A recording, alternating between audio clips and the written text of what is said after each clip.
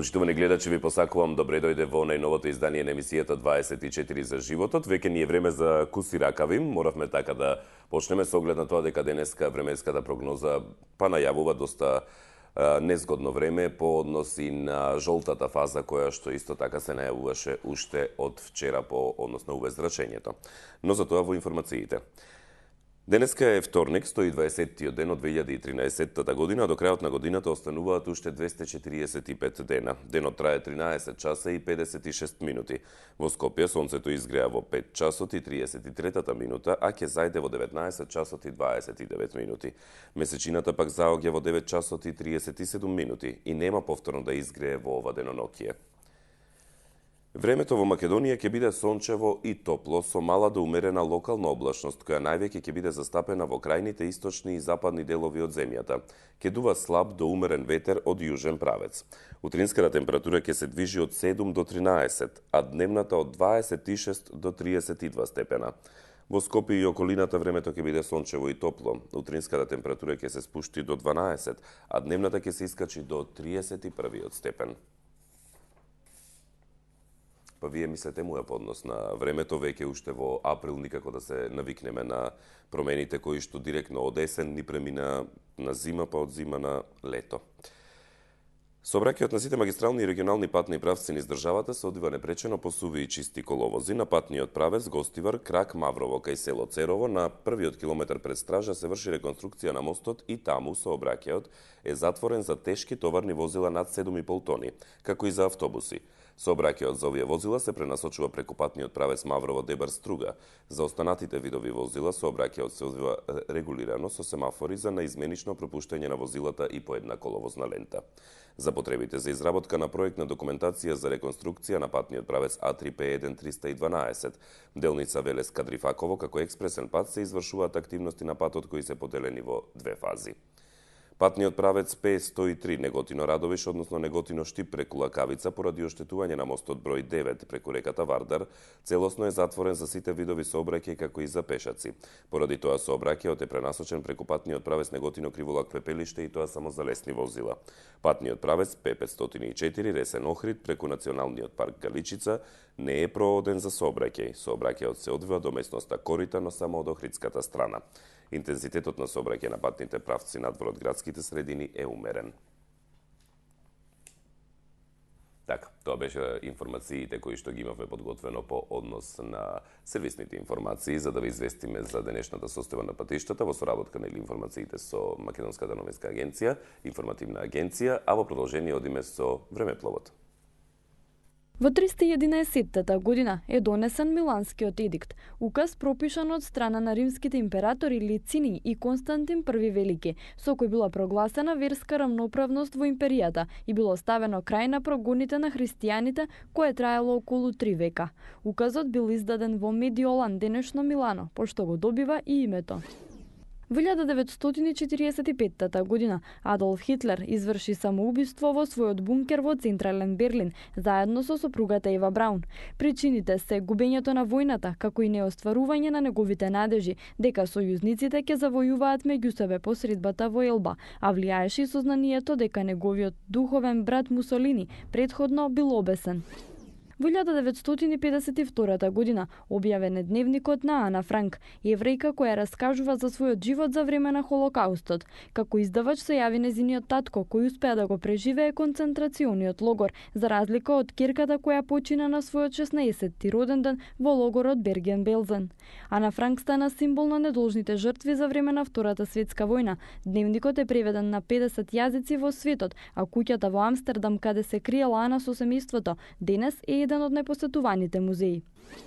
Во 1993 година здравствената состојба на тенисерката Моника Селеш се стабилизира, откако навивач ја прободел со нож. Настанот се случил за време на еден меч во Хамбург, а уапсен е Гинтер Парше, љубител на белиот спорт, за кој се претпоставува дека е напаѓачот. Така, тоа се информациите кои што беа подготвени во склоп на времепловот од страна на колешката Галена Николовска. Сега денеска јас имам за вас една многу интересна тема, верувајте ми, со оглед на тоа дека секогаш така веќе ме изненадија жените во безбедноста, кризи, конфликти и градење мир.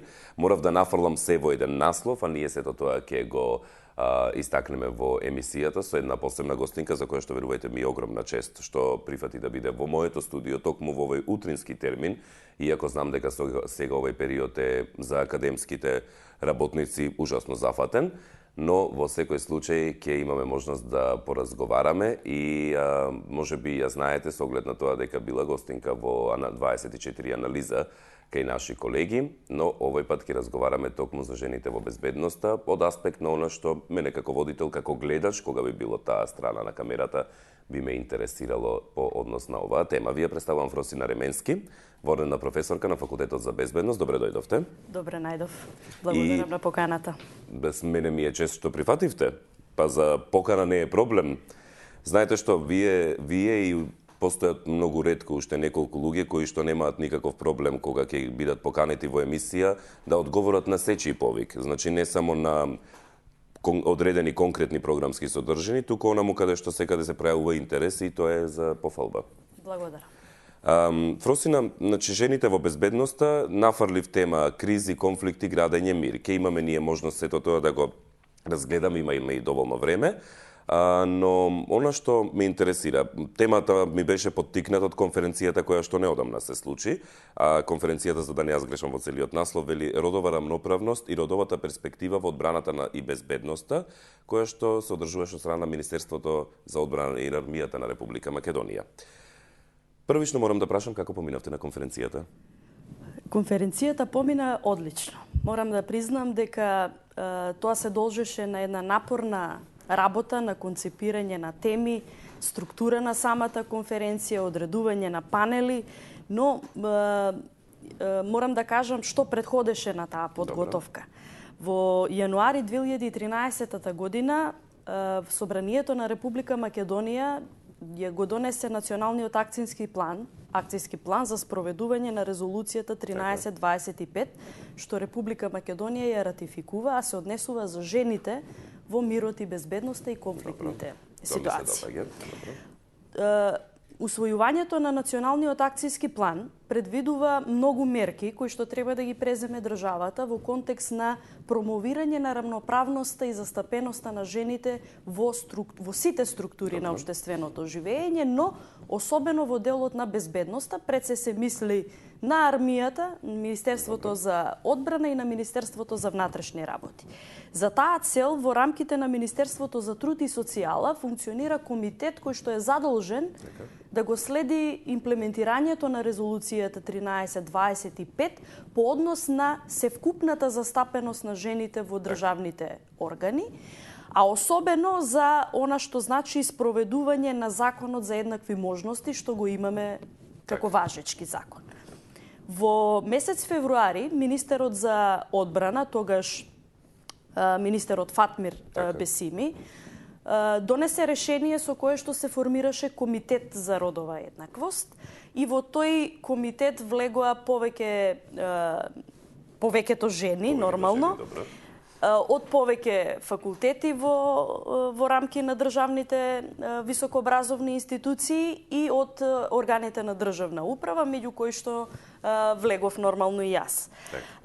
Во работата на тој комитет се постави една повисока цел и поголема задача. Освен тоа што ќе се подготви анализата за застапеноста на жените во секторот безбедност, си поставивме за задача да направиме прочистен текст на тоа што значи акцијски план за имплементација на 1325 резолуцијата, но и да организираме меѓународна конференција на темата која што ја кажавте за родовната еднаквост и перспективи во безбедноста и да поразговараме на меѓународна конференција за она што е наш предизвик, но и она што е искуство на земјите од регионот. Конференцијата помина одлично, се собра голем број на искуства, сознанија, од различни аспекти проучувана темата за безбедноста и жените во тој контекст. Се анализира различните пристапи во вклучувањето на жените во армиите во безбедноста и заклучивме сите дека ние како Република Македонија ги почнавме првите чекори во имплементација и на резолуцијата, но и давање на една афирмативна мерка за приклучување на жените во безбедноста, затоа што мораме да признаеме дека сме на подпросекот на застапеност на жените во армијата и во полицијата. Тука мене ми се наметнуваше и прашањето. Значи, и сите тие имплементации кои што ги имаме направено и според европските закони, и исполнувањето на сите бенчмаркови и сите родови рамноправности кои што мора да ги направиме и по однос на половите и по однос на многу работи кои што ги имаме, не се застапени законски. Колку ние реално, каква е реалната ситуација во Република Македонија по однос на застапеноста на жените општо на кое било поле, па потоа ќе преминеме полека во делот со безбедноста? Сигурно ќе се сетите дека квотите за вклучување на жените во политиката почнаа да се практикуваат пред повеќе од 5 години. Да. Кога еве и услов за кандидатурите за локални избори, за парламентарни избори, обврска беше на политичките партии да излезат со одредена квота, односно застапеност на жените на листите на советници, на листите на градоначалници, и тоа реално го побуди интересот и кај жените за едно поголемо вклучување во општествениот и во политичкиот живот. Вклучувањето на жените во секторот безбедност, што ги опфаќа армијата и одбраната, нели, и полицијата, е нешто што се уште е ставено на рангот на традиционално машки професии. А не е дека нема жени. А не е дека нема жени. Морам да кажам неколку податоци, да кажеме. Во рамките на полицијата, жените се вклучени со помалку од 4% во униформираната полиција и со 13% во криминалистичката полиција. Што значи се уште е недоволно да го достигнат оној европскиот просек од близу 18% на вклученост на жените во полицијата. Меѓутоа, кога зборуваме за овие бројки, 15% или 13% изгледа многу во однос на вкупната бројка на вработени во Министерството за внатрешни работи, но веднаш ако направиме рангирање на тој процент или на таа бројка во рамките на поделбата на работните места, ќе се види дека важи оној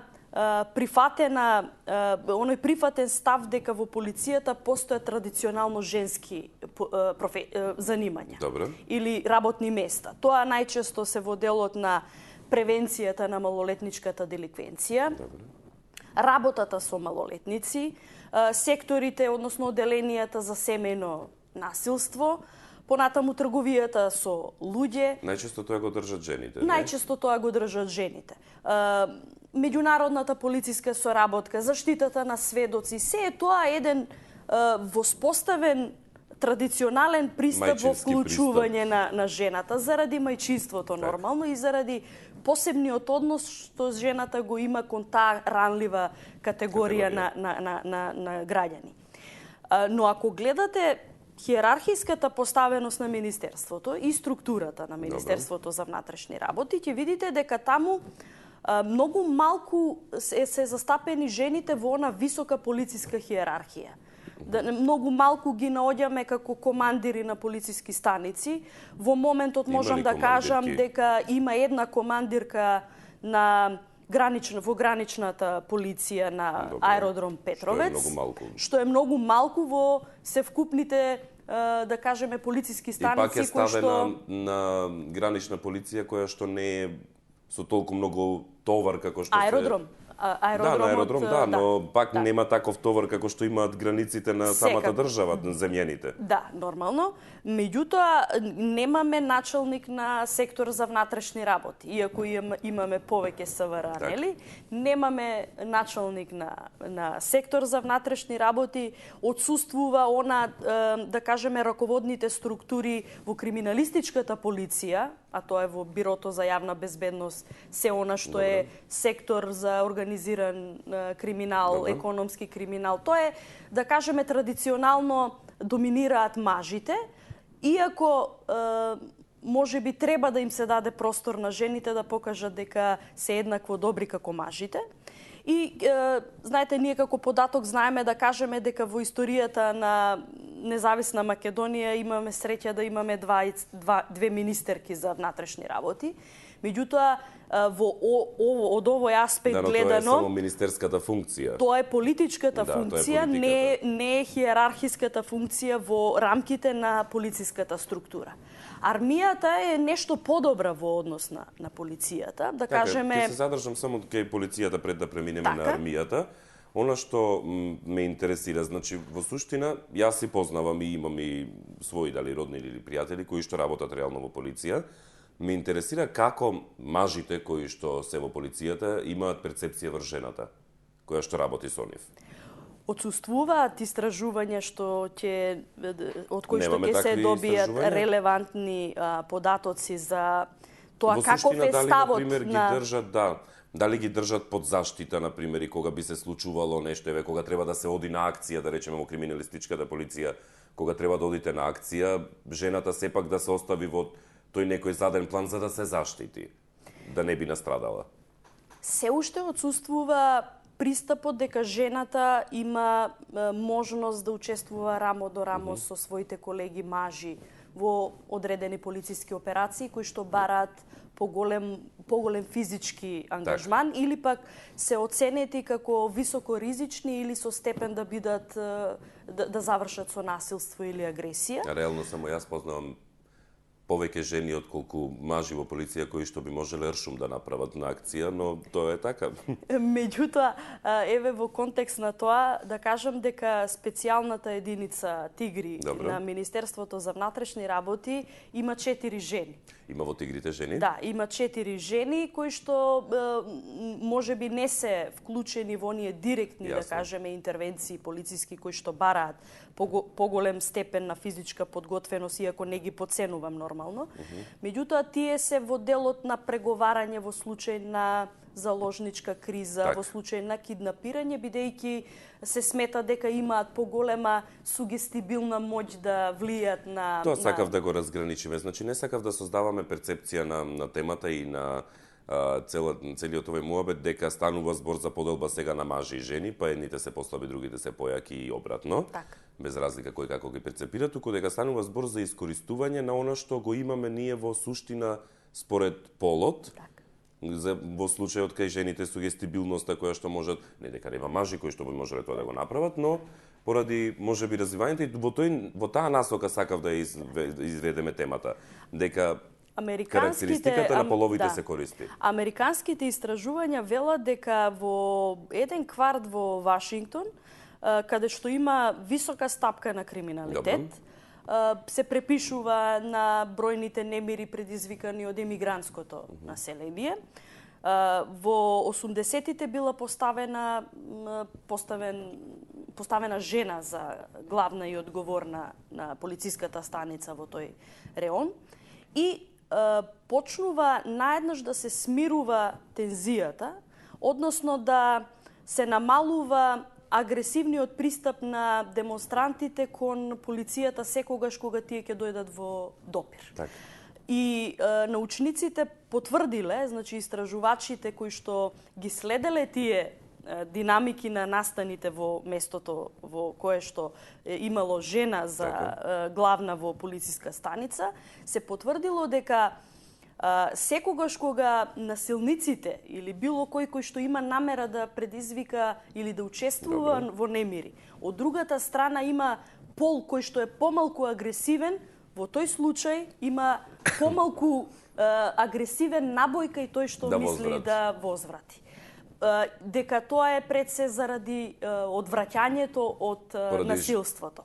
Поради тоа што станува збор за женски пол, веројатно. Перцепцијата на сите дека жените и на криминалецот дека е жената понежна, дека таа е покревка и дека нема да се соочи со она машка жестина доколку се... А реално би можел да настрада, сигурен сум, во борбата помеѓу... И јас верувам, има... Сигурен сум за тоа. Так.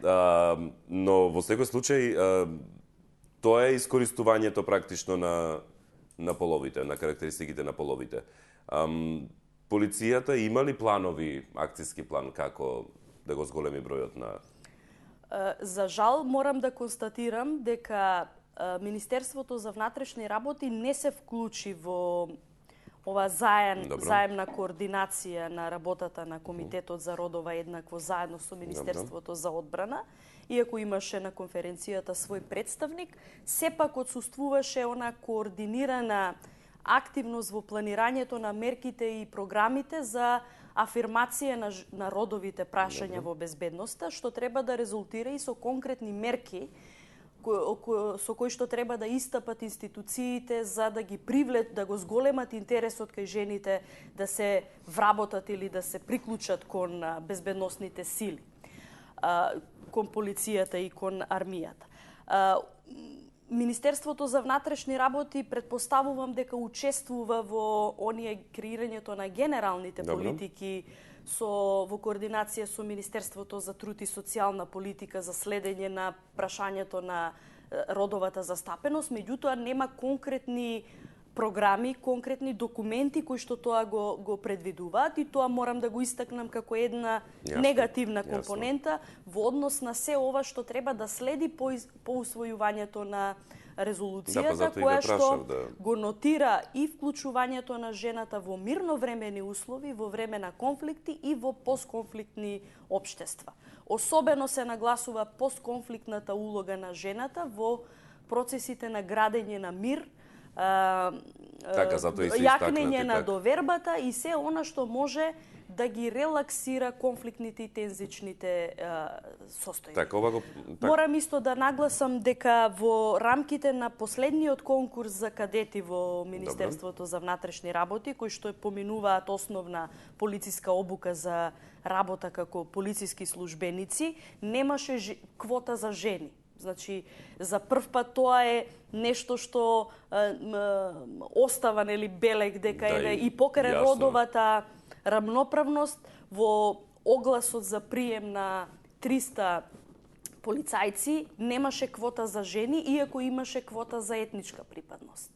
Што е, да кажеме, несоодветно по однос на ова што зборуваме за родова еднаквост, иако морам да кажам дека во рамките на тие 300 кадети има голем број на жени. Тоа се должи на нивниот напор да постигнат исто така добри резултати како и мажите. Јас мислам дека во многу сегменти на општеството, еве и особено во тој дел, грижејки се за етничката рамноправност која што ја правиме, за тој конкретен дел од сите конкурси кои што се случуваат, ја забораваме реално половата ставка. Сакав подоцна да го разговараме делот со постконфликтните периоди, со градењето мир, со кризите, но постои ли на конференцијата сте го разговарале како главен момент тоа, постои ли маргинализација на жената во однос на кризи, конфликти, постконфликтни ситуации и градење мир? Еве ќе оставим постконфликтни градење мир подоцна во кризи и во конфликти. За да дојдам до одговорот на вашето прашање, мора да ги спомнам двата теориски концепти кои што го проучуваат прашањето на родовата застапеност во безбедноста. Тоа е феминистичката теорија, која што вели дека жената е рамноправна во сите сфери на општественото живење, дека не е ништо подобар посилниот пол од незе, нормално физичката конституција и она што е природна физиолошка градба е различна, но дека не треба да се потценат способностите и афинитетите на жената. Вие сте умерена феминистка. Да, јас сум умерена феминистка, но во однос на она што е, да кажеме, традиционално сваќање теоретско за жената, најчесто жените во теоретското согледување на низиното место во општеството и во делот на безбедноста и конфликтите, и кризите, и постконфликтните општества, низината улога најчесто се гледа во периодите за време на мир или после конфликт. Најчесто се вели дека жената ја препознаваат во оние мирољубиви политики, а ги идентификуваат мажите дека нивната улога е улогата за време на војна. Дека мажите војуваат, за пролевање крв, а жените се тие кои што ги заврзуваат раните. Точно. И ако ја гледате историјата наназад, ќе видите дека најчесто жените се вклучени токму во оној дел на логистика, на медицински водови, Тоа е случајот и со мировните мисии кои што ние испраќаме наши војници во мисиите на НАТО, Обединетите нации и Европската унија, меѓутоа жените најчесто доминираат во медицинските водови. И во делот на логистиката, што оди директно во прилог на тезата дека жените се уште се борат за нивното место рамо до рамо со мажите. Тука феминистките би се вклучиле со многу примери во историјата кои што не се така, каде што жените биле предводнички на војувањето и слично, но тие примери реално, да бидеме искрени сега, не се толку многубројни како што се многубројни примерите каде што реално војните ги воделе мажите и крвопролевањето го правеле тие, а жените ги залечувале раните. Може би дали заради физичката, не може би туку сигурно ради физикусот кој што го имаат и жените и мажите во секој случај е поразлично, но повторно, јас ќе речем, исклучоци постојат, исклучоците не ги прават правилата, времињата се менуваат, од една страна да, треба да се едначи улогата на жената во самото општество во сите сфери, но од друга страна па има работи кои што реално не можете да ги изедначите со оглед на улогата за раѓање и за мајка. Еве неколку податоци за ова што го кажавте како историја. Жената воин оставила трага во историјата на повеќе држави. Познати ви се митовите за амазонките, Јованка Орлеанка и се она што е мит за на жените херои за време на војни. Колку за подсетување, за време на Втората светска војна во рамките на Црвената армија на Советскиот сојуз војувале 800.000 жени. На 800.000 жени војувале за време на Втората светска војна на страната на Советскиот сојуз. На нив во антифашистичката војна против Германија се обединиле или се вклучиле дополнителни 200.000 жени кои што биле предводнички на партизанските движења. Вклучувањето на жените во руската армија Хитлер ги идентификувал како слабост на русите. Меѓутоа 45-та година на крајот на втората, 1 милион жени, на крајот на Втората светска војна и самиот донел одлука со која што издал наредба за формирање на мешани воени формации и на специјално женски формации, нормално задолжени за работа со жените и со децата кои што биле заробувани или биле цел во тие војувања. Во таа историја можеме да спомнеме дека во 80-тите години почнува вклучувањето на жената во вооружените сили во неколку земји од Европа. Кога можел Хитлер да се промени во своето размислување, тогаш може секој. Велика Британија, Франција, Полска, Финска, Норвешка, да кажеме, финците ја има, норвежаните ја имаат првата командантка на подморница, жена. Финците кога објавиле оглас за вработување на жени во армијата биле изненадени кога 22.000 кандидатки се јавиле на конкурсот со образложение во мотивационото писма дека главен мотив за нивно вклучување бил патриотизмот и пред се да се докаже рамноправноста со мажите. Но, ако кажеме дека во 2009 година во Соединетите Американски држави дури 57 жени се со чин генерал во армијата. Или само една жена, Ен Мекдуви, е жена генерал со 4 звезди, што е највисоко одликување во американската армија. Зборува за сериозниот генерал со 4 звезди во Соединетите Американски држави, кои што се предводници на онаа бројка на жени вклучени во армијата. Од вкупно 1,6 милиони војници, колку што ги има американската армија, 350.000 отпаѓаат на жени. Се смета дека НАТО алијансата во своите редови има близу 260.000 жени во своите редови. Кога зборуваме за конфликтите, кризните состојби, морам исто така да напоменам дека во воените операции во Авганистан и во Ирак, на страната на сојузниците, предводени нормално од Соединетите Американски држави и нивното партнерство со Англија, учествуваат жени американки и жени англичанки, кои што гинеле заедно на бојните полиња. 620 жртви жени се во конфликти, во воените операции во Ирак и во Афганистан. Дел од нив загинале во директно војување, дел биле ранети, дел биле подлежни на самоубиства и на болести заради големиот психолошки притисок што го имале, и реално тоа зборува дека жените веќе војуваат на првите борбени линии. Во Англија и во Соединетите Американски држави тоа беше забрането. Значи, војувањето во првите борбени линии беше забрането до јануари 2013 година, кога Обама излезе, до пред 4 месеци Обама излезе и кажа дека е тргната законската забрана за војување на жените во првите борбени редови, што значи сега веќе се отвара и фронтот за жените, иако искрено не посакувам жената и било кој друг да биде учесник во вооружен конфликт, бидејќи како што се војници, така се и жртви. Јас зборував на конференцијата... Да, секој војник треба и да се согледува како жртва. На конференцијата зборував за една малку присутна тема во нашите анализи во медиумскиот простор во Македонија, а тоа е, да кажеме, граѓанската војна во Сирија, која што однесе повеќе од 70.000 жртви, од кои што секоја трета е жена. Да, медиумите воопшто тоа него ни понесоа како бледи информации пренесува. Доминираат информациите за борбите што ги водат војската на Башар ал-Асад и бунтовниците, но не се кажува состојбата на цивилното... Да, премногу сервисно, не се навлегува во суштината на проблемот, а ако се каже дека голем број на жртви се жени и деца, се остава простор да се анализираат причините зошто дојде до тоа, но и каков е пристапот на меѓународната заедница токму кон превенцијата на овие состојби во кои што жените се доминантно жртви. Доминантно жртви зборувам.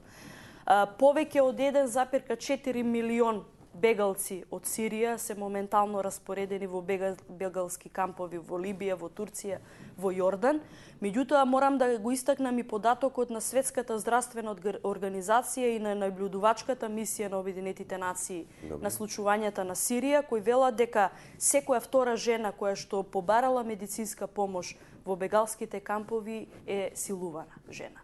Значи, се зборува дека силувањето станува специјално оружје кое што се применува во војувањето. Да, нешто што се правело пред стотина години, може би многу често. И не подсетува на моментот дека силувањето е меѓународно кривично дело, што беше влезено и во статутот на Хашкиот трибунал, особено после геноцидот во Сребреница и се она што беше судбина на жените во Босна 93-95 година. Ги буди тие лоши спомени на тие времиња дека жените во војната не се војници, туку се најчесто жртви.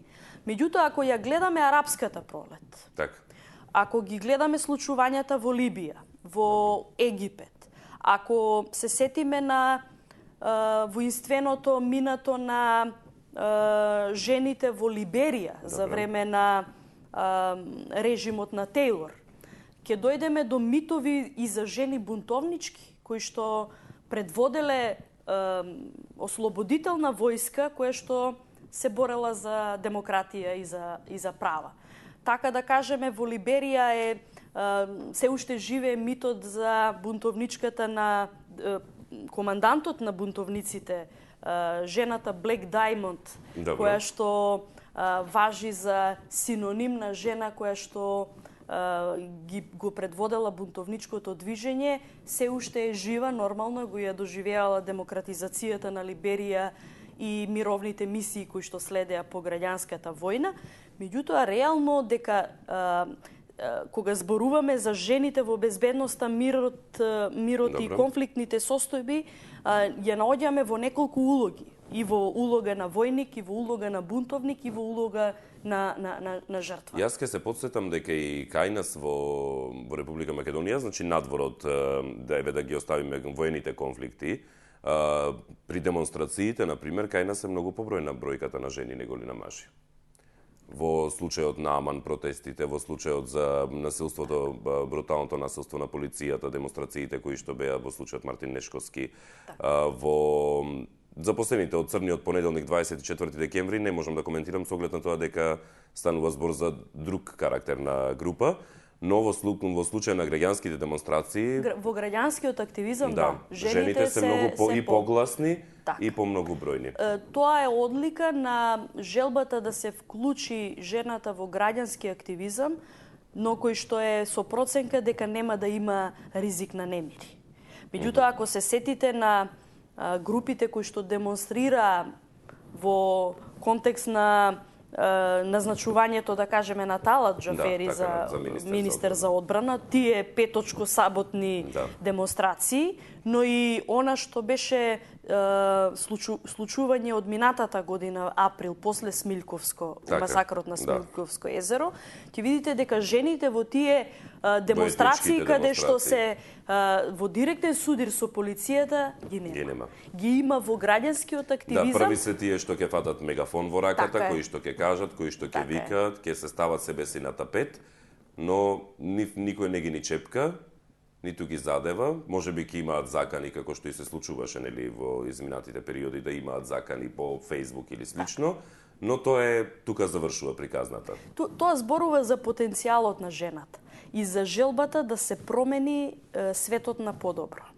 Тоа зборува и за храброста, и за истрајноста, и за ставот, имањето став и мотивациона акција да се пристапи кон реална промена, но тоа зборува и за онаа компонента за која што зборував претходно, дека жената повеќе се гледа во делот на менаџирање со миролюбиви средства, со говор, со манифестација, но не и со насилство. Така, со комуникација со луѓето, со амбасадорски, мисиски работи. Ќе направиме на кратка пауза, ја се заборавив дека имаме и реклами и ќе се вратиме во студиото.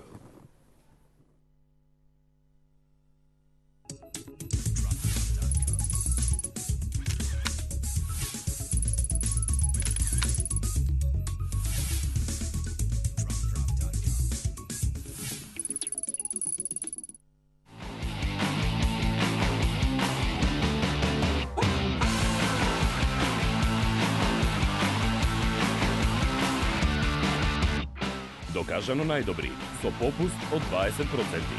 Радио такси Рива, 15161.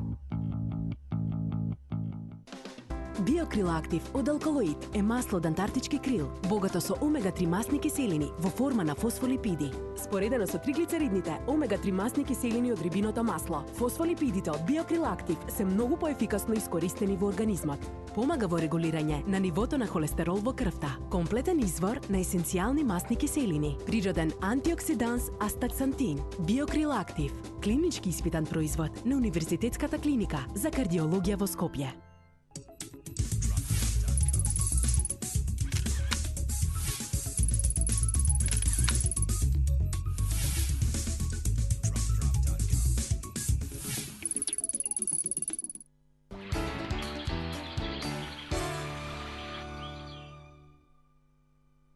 Се вративме назад во студиото, веднаш по рекламите, разговараме во емисијата на тема жените во безбедноста, кризи, конфликти и градење мир.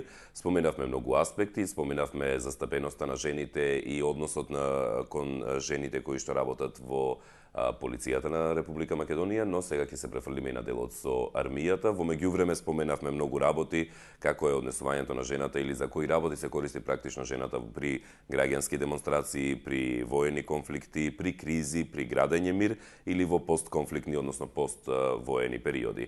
Во овој случај во студиото разговараме заедно со вонредната професорка на Факултетот за безбедност Фросина Ременски. Доколку сакате да се вклучите во нашиот разговор, тоа слободно може да го направите на 0260 91 924 или на 0260 91 925, телефонските броеви на кои што може да не контактирате и кои веќе ќе мора да ги запаметите доста добро, бидејќи ви подготвуваме веќе од следната седмица една програмска содржина, една емисија која верувам дека многу ќе ви израдува, затоа што во последно време и не може да се најде.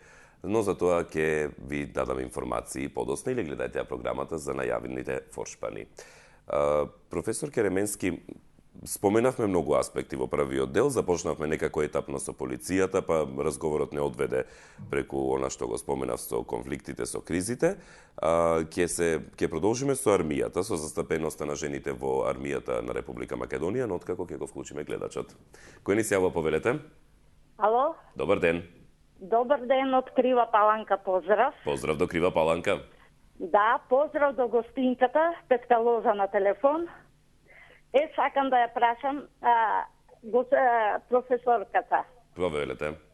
Да, сакам да ја прашам професорката до каде е примањето на завршените студенти. И дали власта има слух да ги земе тие млади деца на што ги гледавме пред владата штрајкува. Дали има некој примен, барем некој да се мрдне од таа точка? Затоа што во Министерството, гледаме во полиција, значи се прима несоодветен кадар, без образование, а овие се факултетски образовани. Благодарам за одговорот и поздрав. Ви благодариме за јавувањето. Поздрав до вас, професорке Ременски, во однос на првото прашање за примањето студенти, така? Па, вака, јас накратко да не се одвлечеме од темата, ќе кажам дека Факултетот за безбедност, предходно Полициска академија од 2004 година, мора да се пофали со се поголемиот број на женски, жени, знам како заинтересирани за студирање на Факултетот за безбедност, што зборува и за оној подем на едуциран кадар во областа на безбедноста. По прашањето на вработувањето на нашите дипломирани криминалисти би кажал дека тенденцијата не оди на добро. Добро. Искуствата од минатите години покажуваат дека има селективен пристап во вработувањето во Министерството за внатрешни работи и за наше разочарување, морам да кажам, не се дава приоритет на она што значи специјално и специфично образован кадар за потребите на полицијата. Приоритет на други работи кои веќе ги споменавме. Се надевам дека сите овие, да кажеме, акцијски планови, сите овие барања на меѓународни стандарди, имплементација на критериуми за Европска Унија и за НАТО ќе придонесат за подигање на свеста на институциите, токму во контекст на она што значи прием на соодветен кадар за местата за кои што е потребен професионализам и стручност, а тоа воедно ќе направи еден исчекор во вработувањето на нашите студенти. Сега, кога веќе тука зборуваме за вработувањето на студенти, вработувањето на жените и застапеноста нивна, да одделот со полицијата ќе го оставиме настрана, иако се тесно поврзани во секој случај, да се префрлиме кон армијата на Република Македонија. Каква е состојбата таму? Јас лично имам и роднини, и колешки од факултет, и пријателки кои што се професионални жени војници. Во армијата на Република Македонија и според се она што тие ми го зборувале, третманот кон нив од страна на оние кои што им се надлежни е исти како третманот кон мажите војници. Значи во најголема мерка зборуваме. На конференцијата... Значи во тој дел не се двојат. Ако сакате да сте еднакви, тогаш ќе си бидете еднакво и третирани. На конференцијата имаше неколку теми кои што се однесуваа на квотите во армијата и во одбраната. Се зборуваше за перцепцијата на жените војници. Само имаме, да извинете што ја прекинувам, 3 категории: полиција, армија и одбрана, така? Да, армискиот дел е униформираниот дел, кој што реално ги вклучува жените офицери, подофицери, професионални војници, додека во рамките на Министерството за одбрана, во рангот на државните службеници и советници, логистика и се она што е административен кадар, мораме да кажеме дека има голем процент на жени. Не би ги знаела точно да ви ги кажам под категории, меѓутоа има еден државен советник жена во Министерството за одбрана, имаме офицер, значи подполковник Мери Ренџова, која што е единствената жена која што ја заврши високата школа за офицери во воената академија, и многу жени подофицери кои што се со чинови, нели, со предиспозиции да добијат повисоки чинови во одбраната. Нормално доминантно е вклучувањето на жената во делот на администрацијата, логистиката, медицинските водови, но и како што самите заклучивте, не отсуствува вклученоста на жената во редот на професионалните војници и нивното вклучување во мисиите во кои што учествува Република Македонија, во Авганистан и во Ирак. Не знам дали добро се сеќавам, но мислам дека од 2000-та, 2001-та наваму се отворени вратите за жени професионални војници, така? Од тој период кога беше конфликтната ситуација кај нас? Да, имаше потреба за поголемо вклучување на жените, тогаш се направи таа афирмативна акција. Со оглед на тоа дека многу мажи ги снема затоа. Па и реално е тоа, меѓутоа и отварањето на Воената академија за образование на кадри за потребите на армијата и го даде својот резултат, токму со вклучување на жената и во образовниот процес, што навестува дека Македонија ќе има соодветно специјализиран кадар жени за работа во армијата.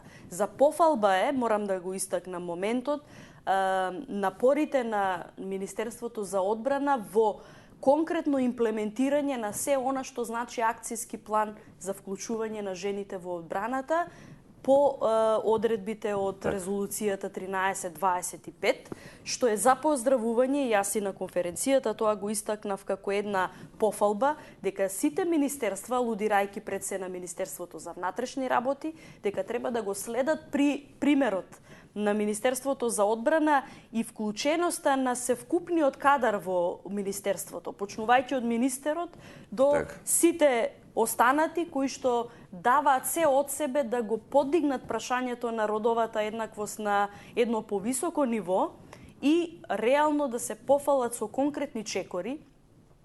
Првиот чекор е подготвувањето на документите, но и ова што е видлив манифестен дел организирањето на меѓународната конференција на која што присуствуваше и заменик министерот за одбрана на Република Албанија, која што е жена. Што зборува за еден регионален пристап во напорите резолуцијата 1325 да се издигне на ниво на документ кој што треба да ги привлече и да ги заинтересира жените за работа во армијата. Исто така, кога го спомнувам регионалниот пристап, морам да кажам дека најдалеку во имплементација на резолуцијата 1325 со сите конкретни мерки за вклучување на жените во невладиниот и владиниот сектор кој што се занимава со прашањата на постконфликтни менаџирање, градење на доверба, мир и вклучување на жените во безбедноста е Босна и Херцеговина. Босна и Херцеговина е последна на листата. Не последна, туку прва. А така, прва? Таа е водечка. Значи, отиде многу понапред од, да кажеме, економски поразвиени земји во регионот. А последна на листата која е во регионот? Во регионот со фактот дека ние го донесуваме акцијскиот план во јануари месец, не велам дека сме ние наназад, меѓутоа реално имплементацијата на акцијскиот план почнува од оваа година и се очекуваат резултатите. Да ги достигнеме оние просечни стандарди за она што значи имплементација. Така. Сега за крај имаме уште од прилика 4-5 минути. Сакам да ве прашам од она што вие го имате како искуство, веројатно и разговарате со многу ваши студентки кои што биле претходно па се вработиле потоа во безбедносни служби и слично. Како реално е третирана жената во било кој сегмент на безбедноста? Значи, дали е тоа полицијата, дали е тоа армијата, дали е тоа одбраната, во секој случај. Дали некои работи кои што ги зборуваат и Министерството и одредените служби кои што се одговорни за сите и надлежни институции ги кажуваат дека жената е исто третирана и слично, се само медиумска фарса, реалноста е поинаква. Или пак можеби ни самите институции не се свесни. За истакнување се резултатите кои што беа направени во едно истражување што се добиени од истражувањето спроведено од Николина Кенинг од Филозофскиот факултет за перцепцијата на жените за жените во армијата, за жените војници, за перцепцијата на мажите војници за жените војници. Од секаков аспект. И автоперцепцијата и хетероперцепцијата. Се покажува дека обичните жените во армијата, жените војници ги перцепираат како посилни. Им даваат машки карактеристики. Да, тоа да. Меѓутоа, ако се гледаат перцепциите на... Значи, дека жената е посилна, дека им се дава машка карактеристика, чија е таа перцепција? Таа е перцепција на обичната жена, на жената која што не е во редовите на армијата, за жените во армијата. Добро.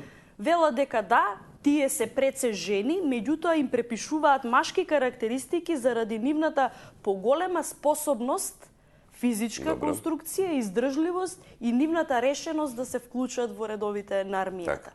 Жените војници меѓусебно се гледаат пред се како жени, а после како... Перцепцијата меѓу нив е таква. Да, но имаат висока изразена самосвест за нивната способност. Веројатно и самодоверба која што... Да, и самодоверба и за нивната рамноправност со мажите. Мажите ги гледаат жените, да кажеме, на исто рамниште како нив. Добре. Во оние 8 особини кои што се мерени во истражувањето, се покажува мала варијација во неколку особини на меѓу мажките и женските војници. Сите се согласуваат и мажите се согласуваат дека жените се исто така храбри, агресивни, истрајни, систематични и дека тука немаат разлика. Но повторно се јавува една, како да кажам, перцепција дека жената е сепак е жена. Тоа е тој менталитет веројатно што го имаме не само кај нас, туку и секаде во светот. Значи колку и да сакате да ја кренете свеста за тие работи, сепак постои во главата некаде таму дека сепак е жена. Во полицијата конкретно мислам за разлика од армијата каде што имаме висок степен на самосвест кај жената за својата припадност во редовите на армијата, но и признавање на нејзината улога во армијата од страна на машките колеги, во полицијата е нешто подруга ситуацијата.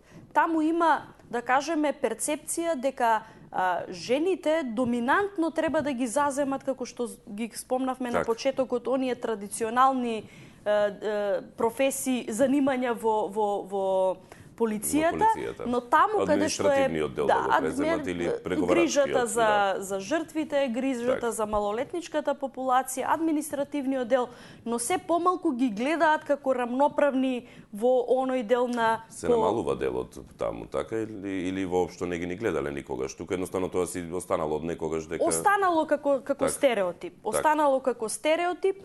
Моја колешка од Факултетот за безбедност, доцент Стојанка Мирчева, имаше изворедно истражување за потребите на низината докторска дисертација за перцепцијата на вредностите, родовите вредности, кај полициските службеници и нивниот пристап во справување со семејното насилство. Се покажа дека машките полициските службеници мажи имаат стереотипни сваќања по прашање на улогата на жената, што влие негативно во контекст на нивниот пристап кон справување со случаи на семејно насилство. Знаете, ако вас во полициските редови ви доминира дека жените се за дома, не треба да консумираат алкохол, дека треба да се грижат за децата, дека немаат време за премногу обврски, дека приоритетот треба да им биде домот, нормално дека доминантноста на мажот или она балканска перцепција за улогата на мажот, нив ќе ги направи нечувствителни за прашањата на семејно насилство, каде што жената е жртва на психичко или физичко насилство од страна на мажите, што се покажа како една потреба во рамките на обуките за полициските службеници, образованието ние што континуирано го правиме, бидејќи имаме и посебни научни дисциплини кои ги посветуваме конкретно на овие прашања за поголема едуцираност на полициските службеници за родовите прашања. И еве како анегдота ќе ви кажам еден како момент. завршна мисла, како завршна мисла, нека не биде како завршна мисла, сепак малку го гласно го искоментирав подарокот на Македонскиот полициски синдикат за 8 март за жените полициски службенички. Фактот дека Македонскиот полициски синдикат дели тавчиња на жените полицајки, сите, значи од полицајките до административниот дел, зборува за перцепцијата, за стереотипот и погледот на мажите, како ја гледаат на колегите, мажи и жени, како ја гледаат жената. Мислам дека воопшто не треба ни да има истражување на таа тема, значи само го гледате подарокот што им се дал на 8 март. Подарокот е нешто што кажува многу.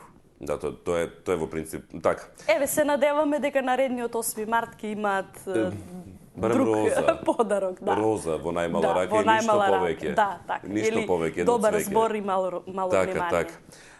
Професор Кеременски, јас ви благодарам за гостувањето, за исцрпноста во самите одговори. Ние имаме уште многу да зборуваме, во тоа сум сигурен и јас имам уште многу и да си прашам и да се искоментирам, но времето од еден час ни измина и се гледаме во следна можност. Ви благодарам што прифативте. Благодарам на поканата. Целта не ни беше се да исцрпиме, да ги заинтересираме гледачите и во некоја наредна прилика во секое време.